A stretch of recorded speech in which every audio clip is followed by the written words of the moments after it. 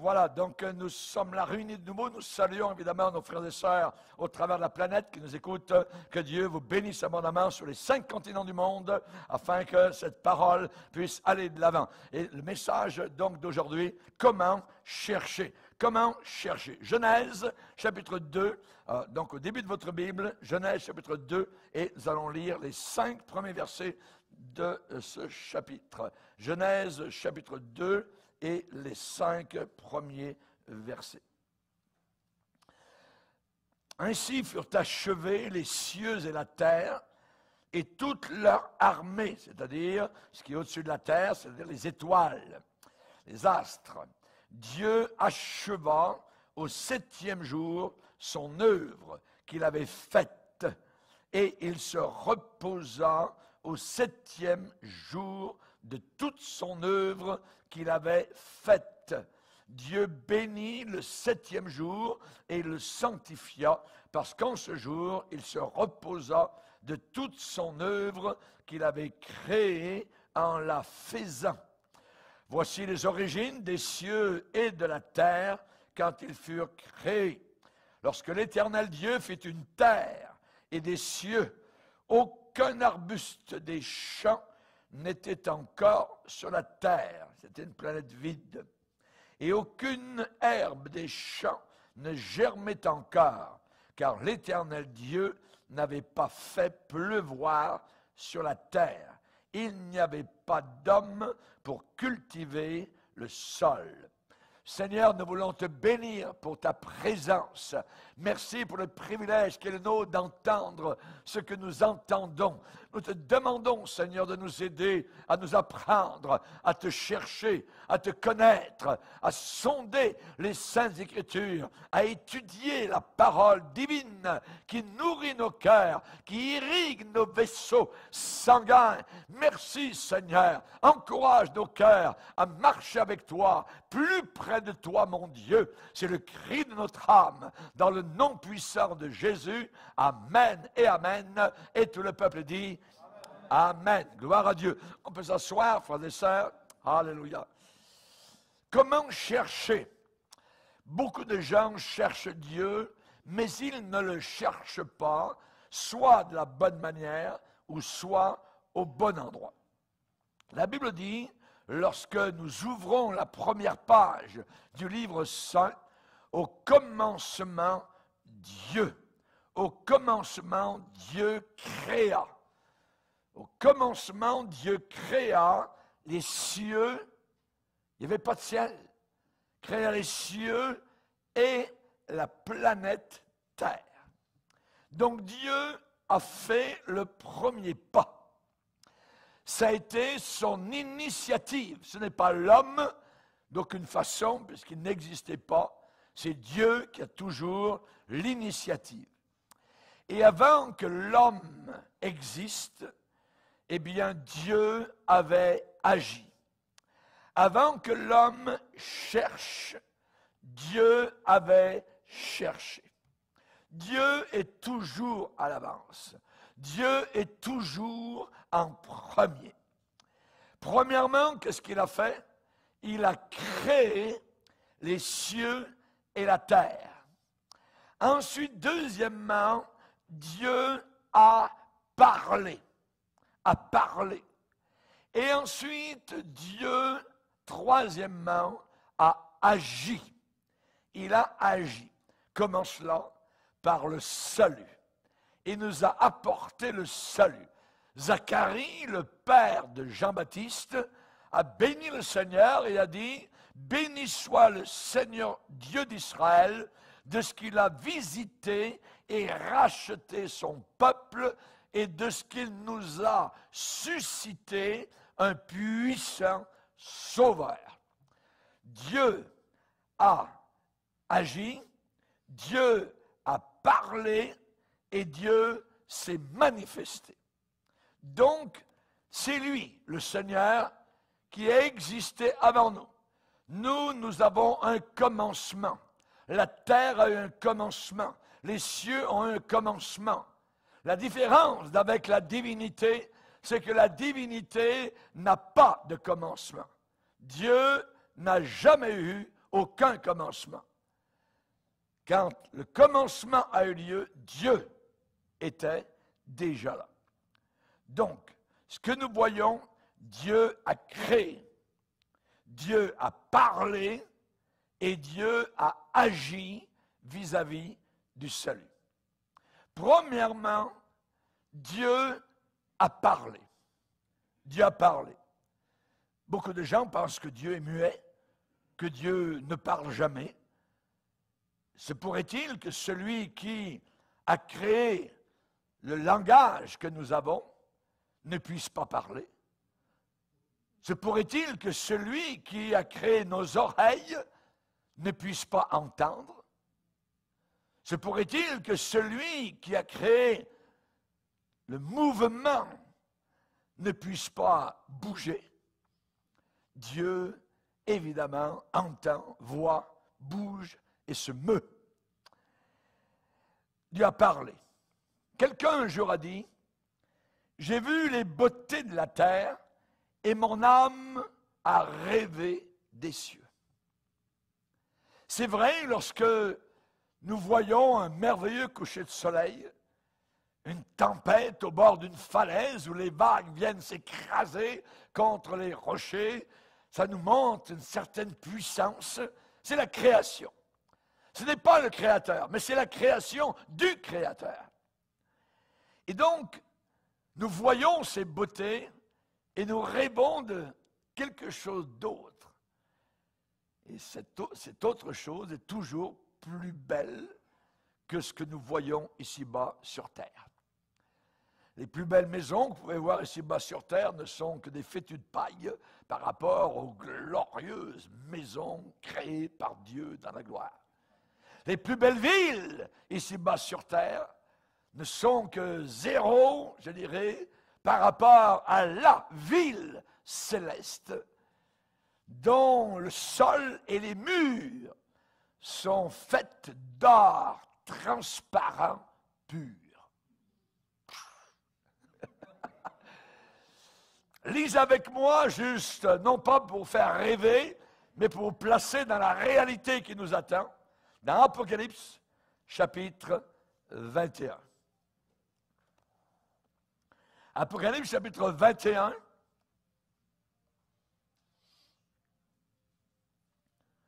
Puis je vise un nouveau ciel et une nouvelle terre, verset 1er.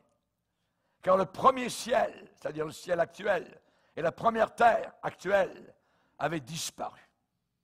Et la mer n'était plus. Et je vis descendre du ciel d'auprès de Dieu la ville sainte.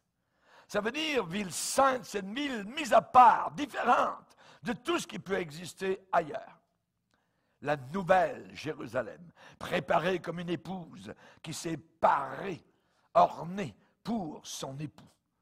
Et j'entendis du trône une voix forte qui disait, « Voici le tabernacle de Dieu avec les hommes.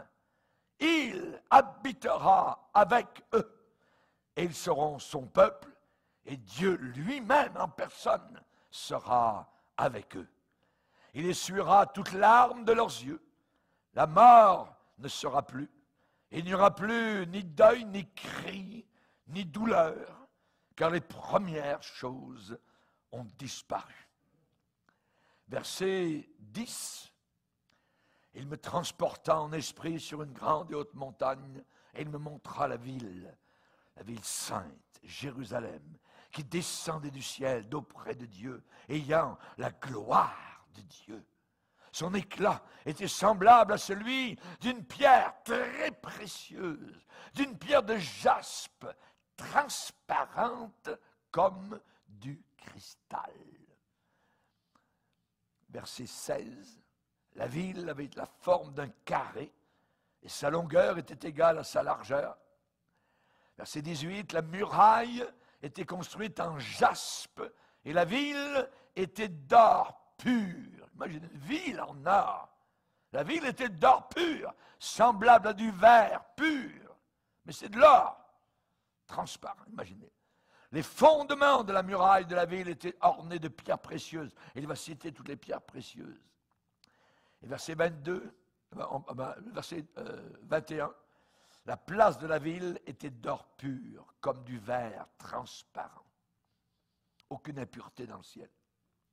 Je ne vis pas de temple dans la ville, car le Seigneur Dieu Tout-Puissant est son temple.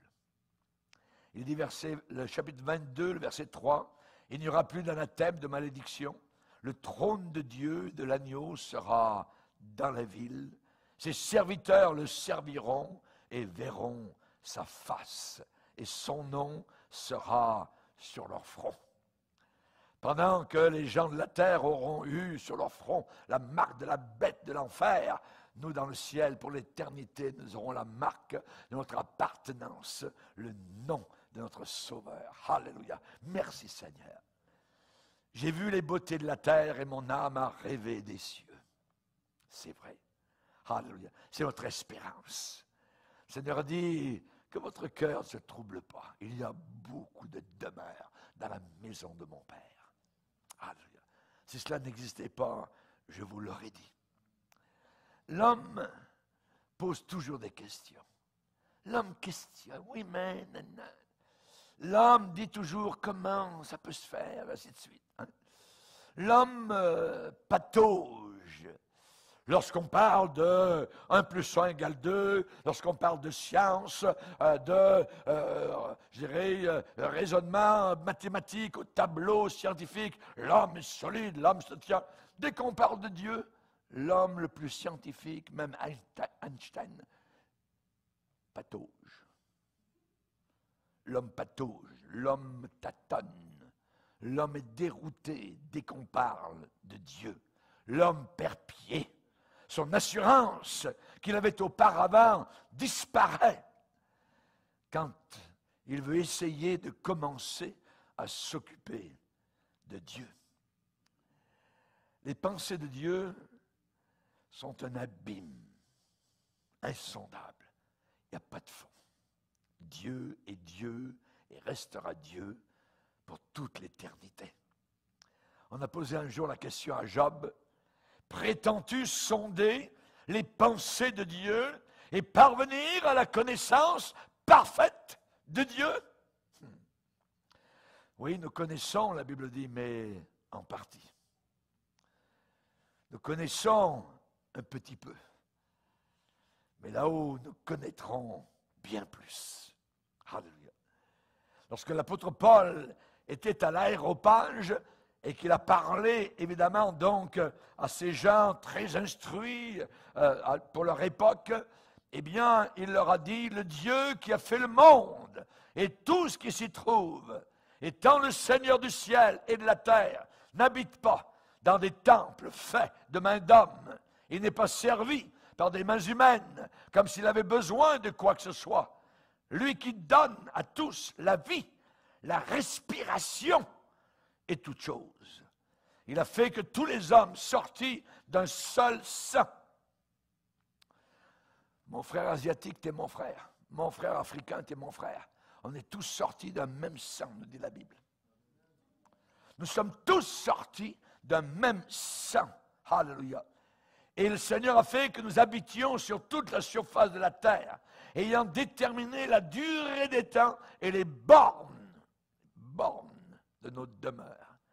Et il a voulu que nous le cherchions et que nous nous efforcions de le trouver en tâtonnant. En tâtonnant. Nous avons tâtonné avant de trouver le Seigneur. Il y en a qui ont tâtonné pendant 50 ans, pendant 60 ans, mais ils l'ont trouvé, merci, heureusement. Voyez. Il y en a d'autres qui n'ont pas tâtonné très longtemps. Merci Seigneur. Mais il est dit que Dieu a voulu que nous le trouvions en tâtonnant, bien qu'il ne soit pas très loin de chacun de nous. Il n'est pas loin de chacun de nous. Alléluia. Dieu a parlé. L'apôtre Paul, parlant aux Romains, va dire aux profondeurs de la richesse de Dieu, de la sagesse de Dieu, de la science de Dieu, que ses jugements sont insondables, que ses voies sont incompréhensibles. Car qui a connu la pensée du Seigneur. Qui a été le conseiller du Seigneur? Qui lui a mis son petit doigt sur l'épaule et dit « Seigneur, tu ferais mieux de faire ça comme ça. » Non, non, non, non. Qui lui a donné le premier pour qu'il ait à recevoir en retour? Non, Paul va dire, c'est de lui, c'est par lui, c'est pour lui que sont toutes choses. À lui, la gloire, dans tous les siècles, dans le 21e, à lui la gloire. Et Paul termine en mettant l'estampe, Amen. Amen. Alléluia. Gloire à Dieu. Pilate, l'homme de pouvoir, l'homme de muscles, l'homme de l'Empire romain, un jour devant lui, ce jeune homme. On dit que tu es roi. Es-tu vraiment roi? Tu le dis, je suis roi. Mais mon royaume n'est pas de ce monde. Je suis venu pour rendre témoignage à la vérité. Tu as dit la vérité? Hey, Jésus, qu'est-ce que la vérité? La même question que notre génération est en train de se poser aujourd'hui. 2000 ans plus tard, aucun progrès. Rien. Nous sommes des derniers de classe. Qu'est-ce que la vérité? Pilate a posé la question, il n'a même pas espéré recevoir une réponse. Il a fait venir un plat, il s'est lavé les mains.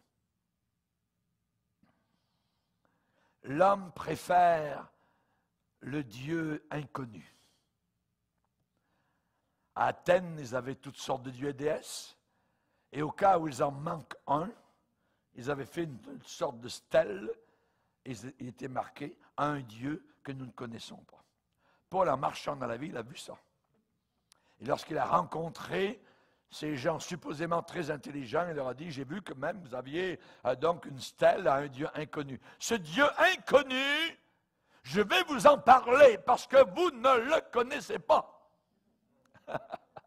Et à partir de là, l'apôtre Paul a commencé à leur expliquer le plan du salut. L'homme, encore aujourd'hui, préfère le Dieu inconnu. Il l'appelle l'être suprême, le gars là-haut. Il l'appelle Mère Nature. Il l'appelle Gaïa. Toutes sortes de noms, évidemment. Et c'est à cause de cela que nous avons l'hindouisme, le bouddhisme, l'islam, le nouvel âge, l'humanisme séculier, le communisme, l'existentialisme, le mondialisme, le globalisme. Nous avons tout cela aujourd'hui. Parce que l'homme ne veut pas reconnaître l'existence d'un Dieu réel, intelligent, qui a créé, qui a parlé, qui a agi et qui est venu sur terre pour sauver. Paul va dire à Athènes, ce que vous révérez sans le connaître, c'est ce que je vous annonce. Vous ne le connaissez pas, mais je vais vous l'annoncer. Comment pouvons-nous avoir une révélation de ce Dieu invisible et que les gens ne connaissent pas? Tout d'abord, nous avons une partie de révélation. Où ça? Dans la nature. Dans la nature, nous avons une partie de la révélation de Dieu. Cette nature autour de nous a un auteur. A un auteur. Dans le psaume 19, il est déclaré « Les cieux racontent la gloire de Dieu. » Tiens, les cieux racontent la gloire de Dieu. Allez une nuit étoilée et regardez au-dessus de vos têtes. Les cieux racontent la gloire de Dieu. David a vu cela, ce spectacle nocturne. Et il a dit, Seigneur, quand je contemple les cieux, les étoiles et la lune que tu as créées. Mais qu'est-ce que l'homme pour que tu prennes soin de lui? Je suis si petit, Seigneur, devant ce que tu as créé qui est immense. Et nous savons que le Créateur est toujours plus grand, plus puissant, plus élevé que ce qu'il crée. Imaginez la grandeur de Dieu, la puissance de Dieu. Et lorsque Paul dissèque l'humanité comme un chirurgien, il va dire, en effet, les perfections invisibles de Dieu. Donc Dieu a des perfections, mais qu'on ne voit pas. Il va dire, les perfections invisibles de Dieu, sa puissance éternelle et sa divinité se voient. Ah, où ça? Se voient comme à l'œil, avec nos yeux, depuis la création du monde, quand on les considère dans ses ouvrages. Quand on considère ses perfections invisibles, sa puissance éternelle, sa divinité, quand on les considère dans ses œuvres, dans ses ouvrages, il est magnifique, il est glorieux, il est puissant, il est vivant, il est intelligent. Et son intelligence n'a aucune limite. Nous, notre intelligence, elle est vraiment bornée. Nous avons des bornes à notre intelligence. Mais lui, il n'a aucune limite à son intelligence. Satan est un fou, mais Dieu est un sage. Satan pense renverser Dieu. Dieu va le mettre pendant 1000 ans en prison, et au bout de 1000 ans, Dieu va permettre que la génération qui sera sur terre à cette époque-là, eh bien, choisissent entre Dieu ou Satan. Et savez-vous qu'est-ce qu'il va faire après 1000 ans de prison? Exactement ce qu'il faisait avant 1000 ans de prison. C'est un fou. Pas intelligent. Voyez. Il pense renverser le Seigneur. Lisez Job, chapitre 12. Job, chapitre 12. Et au verset 7, il est dit, interroge les bêtes et elles t'instruiront. Les oiseaux du ciel, interroge-les, ils te l'apprendront. Parle à la terre, elle t'instruira. Et les poissons de la mer te le raconteront. Qui ne reconnaît chez eux, ça veut dire les bêtes, les oiseaux, la terre, les poissons, qui ne reconnaissent chez eux la preuve que la main de l'Éternel a fait toutes choses. Il tient dans sa main l'âme de tout ce qui vit, le souffle de toute chair humaine. Merci Seigneur. Donc une partie de la révélation se trouve dans la création. C'est bon d'aller regarder la création, observer un merveilleux coucher de soleil, et vous ne voudriez jamais que les couleurs de ce coucher s'en aillent parce qu'elles sont si magnifiques, si belles, tout ça. Lorsque nous étions missionnaires dans le Pacifique Sud, amen, nous avons filmé, nous avons pris des photos, beaucoup de ces couchers de soleil magnifiques où il n'y a aucune pollution d'air dans ces coins de la terre. C'est formidable, voyez. Et on ne voudrait jamais que, évidemment, ces couleurs s'en aillent, tellement c'est magnifique. Ça nous parle du Créateur. La création nous parle d'un Créateur. Alléluia. Nous avons ce matin consacré un bébé au Seigneur. C'est un miracle. C'est un miracle, c'est une création de Dieu. Un petit corps humain, avec des yeux, des oreilles, tout ça. Avec, amen. C'est formidable. On est étonné comment ça peut se faire. Lorsque j'ai tenu mon premier bébé entre les bras, j'ai pleuré. Comment on est parti à deux? J'étais tout seul tout à l'heure, j'ai trouvé une chère épouse, et maintenant, voilà, c'est un miracle, Nous n'avons rien fait, ce n'est pas l'homme qui crée. C'est Dieu. Nous avons été créés par Dieu. Alléluia. Et nous le reconnaissons. Et nous avons cette création qui nous parle de la puissance, de l'intelligence de Dieu, mais cette création ne nous sauve pas. On peut regarder la création pendant des millénaires, elle est belle et puissante, mais elle ne nous sauve pas. Nous avons besoin de quelque chose de plus pour être sauvés. Et nous avons besoin du Fils. Donc Dieu a créé.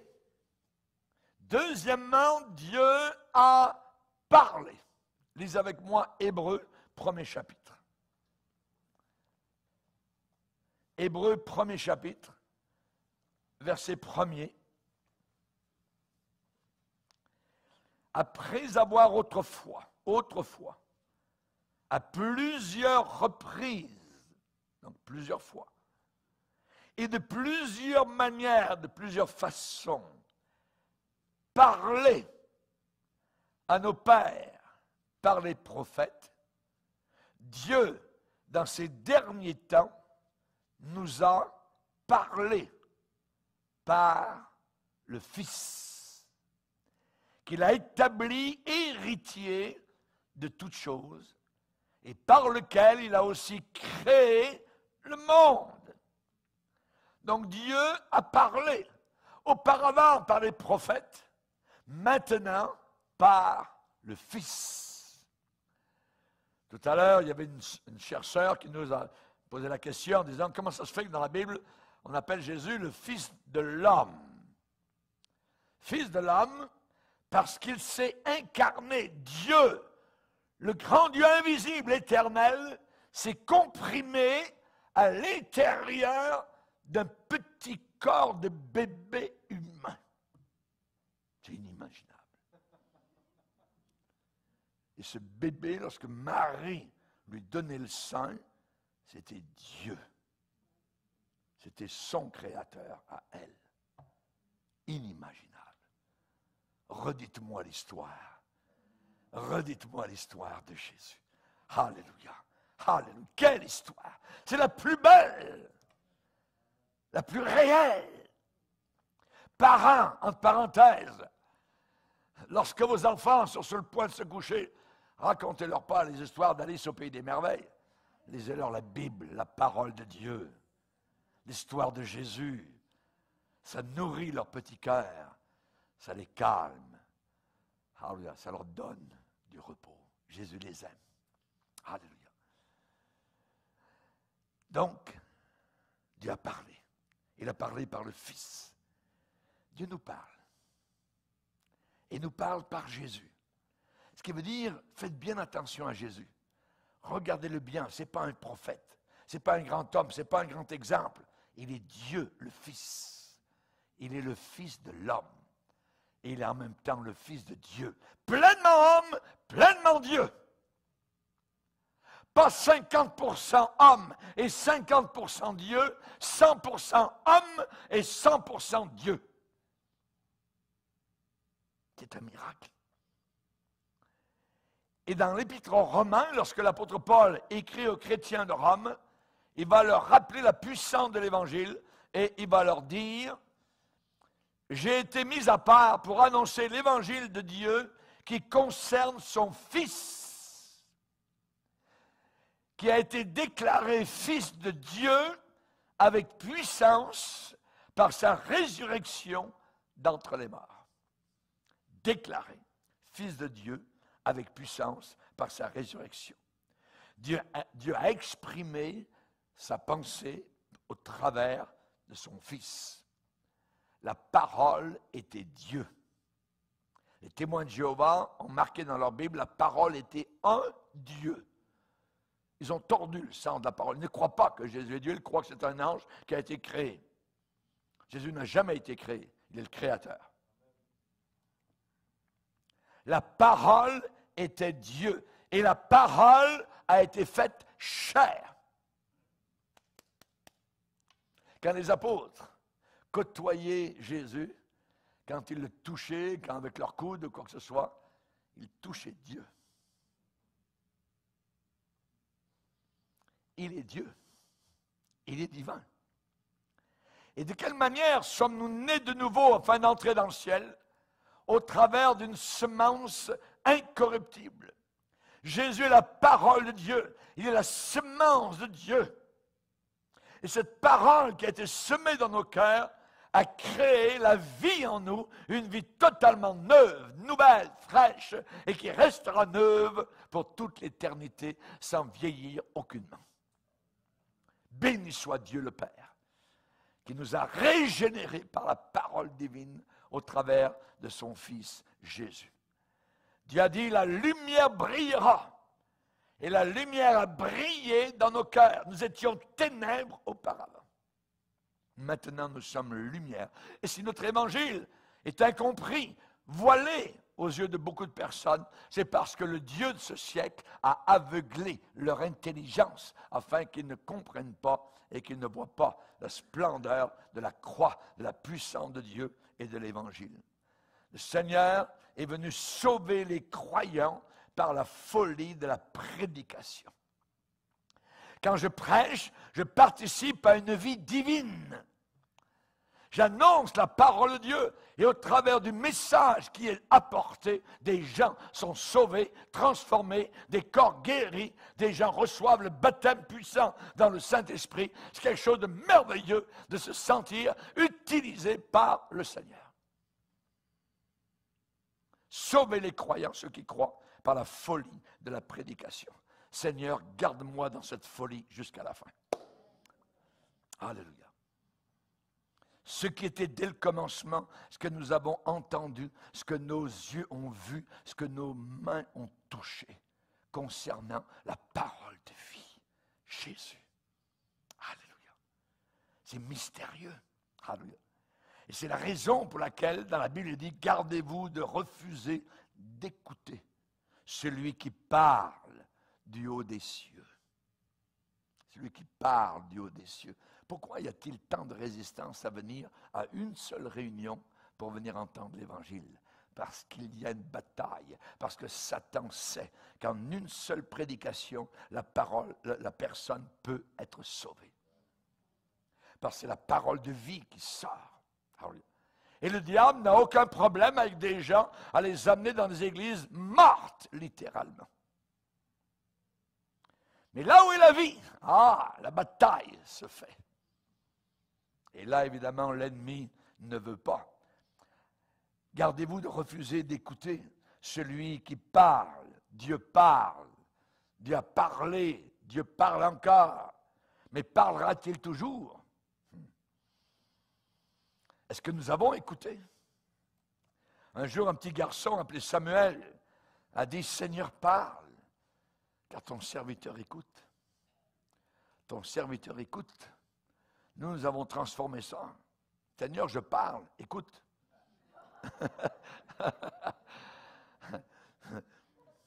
Nous avons besoin que ce soit le Seigneur qui parle. Il éveille chaque matin mon oreille pour que j'écoute comme écoute des disciples. Lorsque vous vous levez le matin, que vous descendez de votre lit pour aller aux toilettes peut-être, ou faire votre toilette, soyez attentifs. Il est possible que dans ce moment, entre votre lit et la salle des toilettes, ou votre rasage, Dieu est en train de vous parler. Parfois, il y a des versets qui viennent dans votre tête. Le Seigneur vous parle, il vous dit certaines choses, certaines pensées. Alléluia. Parfois, c'est certains cantiques qui viennent soudain, comme ça. Vous n'arrivez pas. Moi, ça m'arrive. Et ensuite, quand la prochaine réunion, je dis aux frères de la musique, où est-ce qu'on peut trouver ce cantique-là? Parce qu'il est venu dans ma tête, mais je n'arrive pas à le retrouver dans les livres, ainsi de suite. Je voudrais vraiment l'avoir. Le Saint-Esprit parle par toutes sortes de façons et de manières. Alléluia. Donc, Dieu a parlé. Mais Dieu a agi. Il a agi. Pourquoi? Parce que nous sommes tous des ignorants. Et parce que nous sommes des pécheurs. N'oublions pas, sur la croix, Jésus a prié, Père, pardonne-leur. Ils ne savent pas. Nous sommes des ignorants. Nous étions des ignorants. Et les hommes ont besoin d'être délivrés, non seulement de l'Égypte ou de Babylone, mais de leurs péchés. De leurs péchés. Tu lui donneras le nom de Jésus, c'est lui qui sauvera son peuple. De quoi? De ses péchés. Nous avons été sauvés de nos péchés. Nous péchions, disons des pécheurs, par habitude, par routine. Ça n'en rendait même pas compte. On pensait qu'on était des gars bien gentils, tout ça. Mais nous péchions continuellement. Chaque jour, nous péchions. Et nous ne savions pas, nous étions des ignorants. Mais lorsque nos yeux ont été éclairés, lorsque la lumière a jailli dans nos cœurs, c'est moi ça? Oui. Le tableau n'était pas beau du tout. Tu lui donneras le nom de Jésus. C'est lui qui sauvera son peuple de ses péchés. Nous ne pouvons pas nous sauver nous-mêmes de nos péchés, c'est impossible. On a besoin d'une aide extérieure. Les gens, ils disent, regarde en toi, Dieu est en toi, tu es Dieu. C'est quoi ça, un charabia, une sauce, je dirais, une salade de toutes sortes de philosophies païennes. La Bible dit, c'est une chose certaine et entièrement digne d'être reçue, que Jésus est venu dans le monde pour sauver les pécheurs, dont je suis le premier, a dit l'apôtre Paul. Voilà la raison pour laquelle il est venu. Parfois, il y a eu des sauvetages en mer, dans des tempêtes terribles, et les sauveteurs sont morts en mer, et ceux qui avaient besoin d'être sauvés ont eu la vie sauve. C'est exactement ce qui est arrivé. Jésus est descendu dans la mer tempétueuse, cette terre, et il en est mort sur la croix du Calvaire, et nous avons été sauvés. Merci Seigneur. Ne serions-nous pas reconnaissants éternellement pour ce sauveteur? Alléluia, pour Jésus-Christ. Le Fils de l'homme est venu chercher ce qui était perdu. Perdu. On a besoin de se rappeler ça. Nous étions perdus. De temps en temps, allons faire un petit, petit voyage au bord de la fosse, d'où nous avons été tirés. Tirés. Sauvetage. Saul de Tarse a été sauvé. Corneille a été sauvé. La Samaritaine a été sauvée. Marie-Madeleine a été sauvée. Des milliers et des millions d'autres ont été sauvés. Et là-haut, dans la gloire, il y aura un seul troupeau de sauvés. Alléluia. Nous serons plusieurs. Merci Seigneur. Merci Seigneur. Dans Luc 15, nous allons lire Luc 15. Dans Luc 15, nous avons un berger, nous avons une femme, et nous avons un père. Le berger est sorti pour chercher une brebis. La femme, elle a perdu une de ses drachmes. Et le père a vu son fils s'en aller loin de la maison. Il était perdu. Un berger, une femme et un père qui avait deux fils. Et quand on perd quelque chose, vous avez déjà perdu votre porte-monnaie. Nous étions, nous, en mission en Suisse, et avec mon épouse, nous devions aller faire une réunion, et on avait loué une voiture, et durant l'après-midi, il y avait un endroit où on a dit on va se reposer un peu, il y avait un beau paysage à regarder, et là, il y a une sorte d'aire de service, et on est reparti pour la réunion, donc le soir. Et au bout environ d'une demi-heure, j'ai dit à mon épouse, oh, ça donne un coup au cœur. Ma bourse. Un vide à la place où devait être. Où est-ce qu'on l'a oublié? Peut-être là-bas. Et je peux vous dire, on n'a pas regardé les limites trop de vitesse. On est retourné. Ça tourne de partout, c'est dans les montagnes. Et finalement, on arrive à l'endroit. J'ai dit, quelqu'un va... Je me rappelle, je l'avais posé sur le banc, puis on l'a vu de tout le monde. J'ai dit, quelqu'un va l'avoir volé. On arrive, elle était là. Même un petit sac rouge, je me rappelle encore. C'est la joie de retrouver, après 2 millions de routes, peut-être 50 km, je ne sais pas. Voyez, on est très loin quand on s'est rendu compte. Et là, je dis, Seigneur, merci parce que tu as mis des anges, tu as gardé la chose. Et de retrouver ça, c'est une joie immense. Une joie immense, voyez. La Bible dit, celui qui perd sa vie la retrouvera. la retrouvera. Amen. Je peux vous dire que la joie sera immense là-haut. Parce que notre vie ici-bas sur la terre, nous sommes en train de la perdre totalement. Mais là-haut dans la gloire, amen, on va retrouver, amen, ce que nous avons perdu ici-bas sur cette terre. Alléluia. Et là, le berger, il est sorti pour chercher une brebis perdue. La femme, elle a cherché dans sa maison une drague perdue. Et le père a attendu un fils qui était perdu. Luc 15 nous parle de 3 éléments perdus. Le christianisme est une religion de salut. C'est la seule. Le bouddhisme ne promet pas le salut, ni l'islam. Le christianisme est une religion de salut. Toutes les autres religions ne promettent absolument rien du tout. Vous connaissez les philosophes? Aristote, par exemple. Aristote est un philosophe grec. Il va nous, si on le lit un peu, ça va nous édifier intellectuellement. Voyez. Mais Jésus, lui, nous trouble spirituellement. C'est bien différent. Les philosophies humaines sont passagères, sont bâties sur des sables mouvants. Et quand nous bâtissons notre vie sur Jésus, c'est sur du roc solide. Et ça demeure. Alléluia. La question, c'est de se dire, est-ce que je vais écouter toutes les balivernes des Rousseau, Jean-Jacques, des Victor Hugo, des Voltaire, des Diderot, des Malherbe, ainsi de suite. Donc les philosophes et, je dirais, la population française de jeunes universitaires se nourrissent, je dirais, de ces poubelles qui posent toujours des questions et qui ne donnent jamais aucune réponse. Dans les cours de philosophie, vous n'avez jamais aucune réponse. Jamais. Aucun professeur de philosophie va donner une réponse en vous disant Jésus est vraiment la vérité. Non. Non. Mais ils vont élever le doute. Ils travaillent avec le diable. Ils vont poser toujours des questions, ceci et cela. On ne peut pas vraiment connaître Dieu. Il est insondable, ainsi de suite, blablabla. Dieu, nous avions pensé l'observer intellectuellement avec la matière grise. Mais c'est lui qui nous observe spirituellement.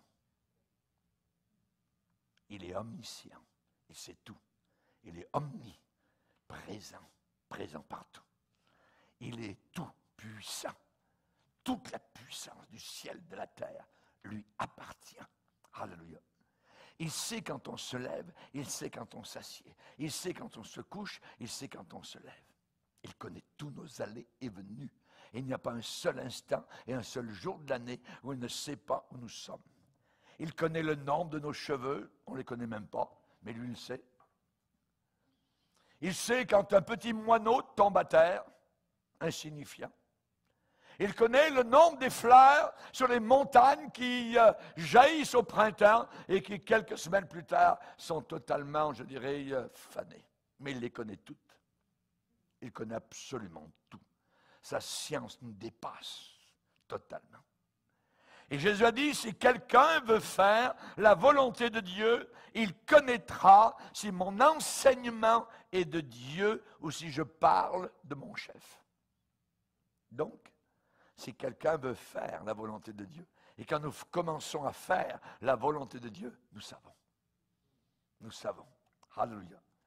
Nous devons être prêts à croire et à obéir. Et non pas nous borner à écouter.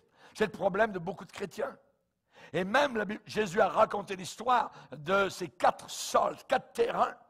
Et il va dire que dans un certain terrain, certains croient, mais pour un temps seulement. Quand ça devient tough et dur, ils lâchent.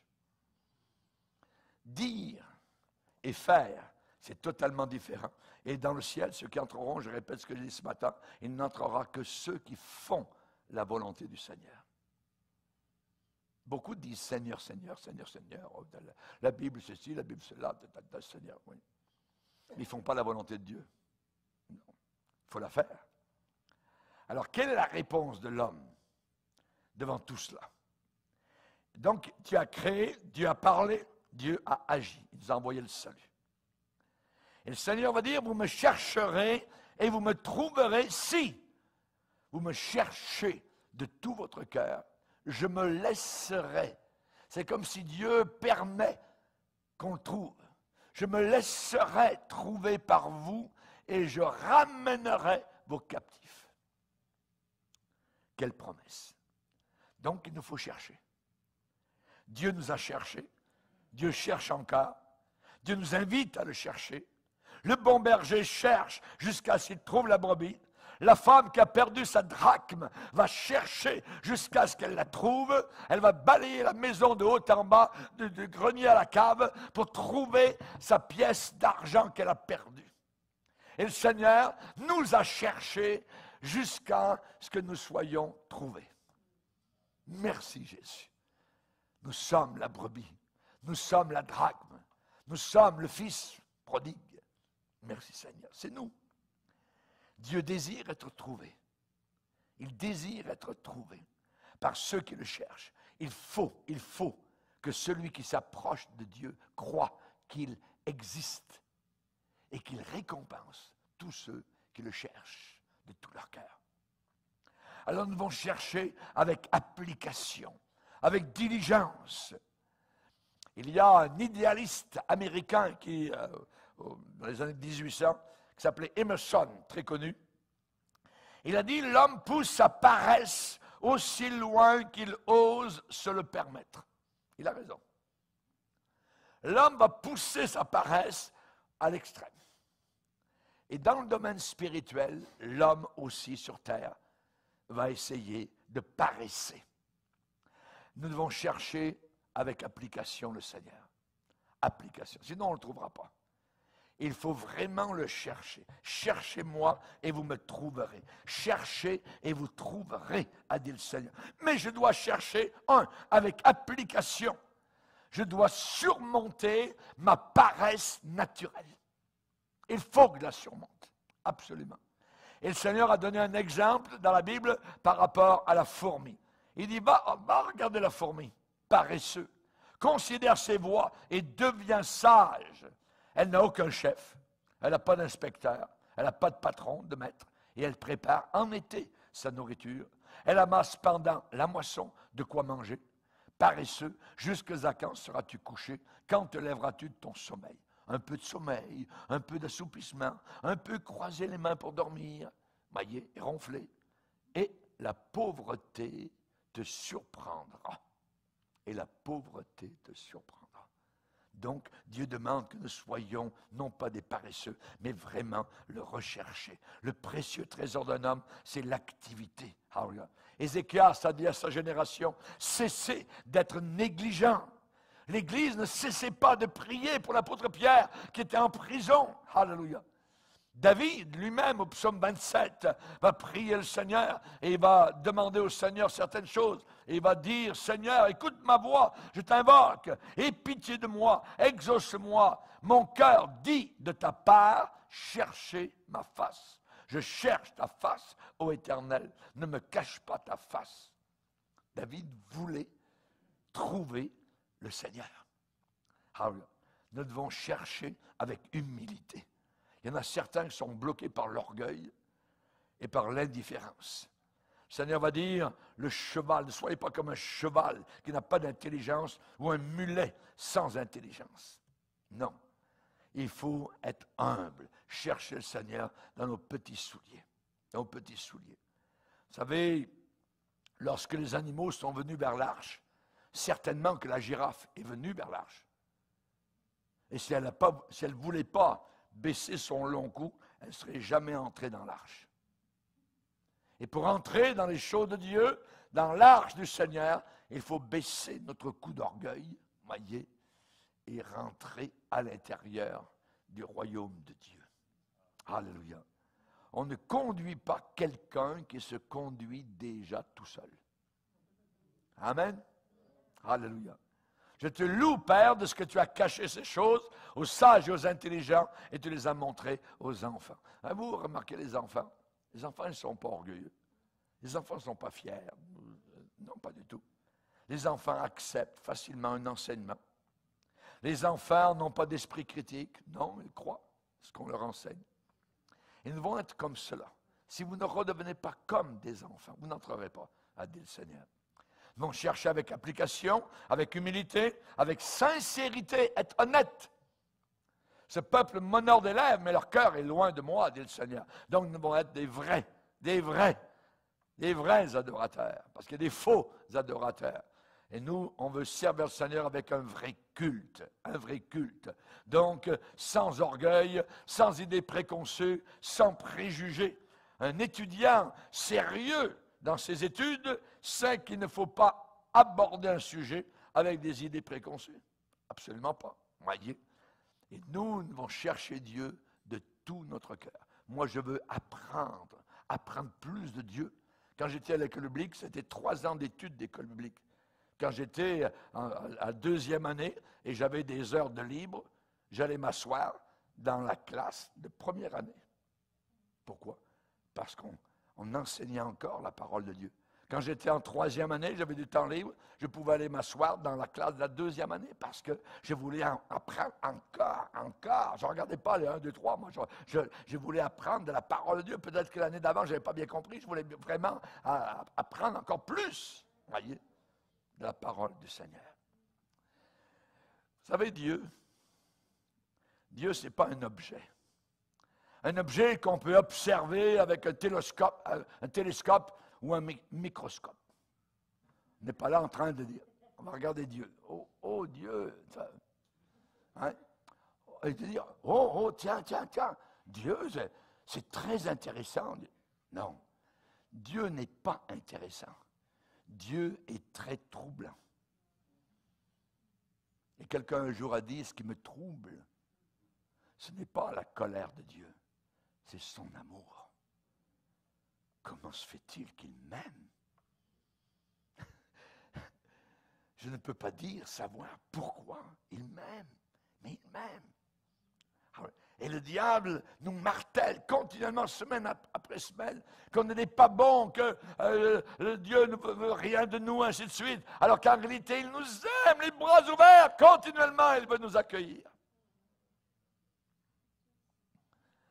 Dieu n'est pas un objet qu'on peut observer de manière détachée. On ne peut pas fixer Dieu au bout d'un télescope. Absolument pas. Dieu n'est pas intéressant, il est profondément troublant.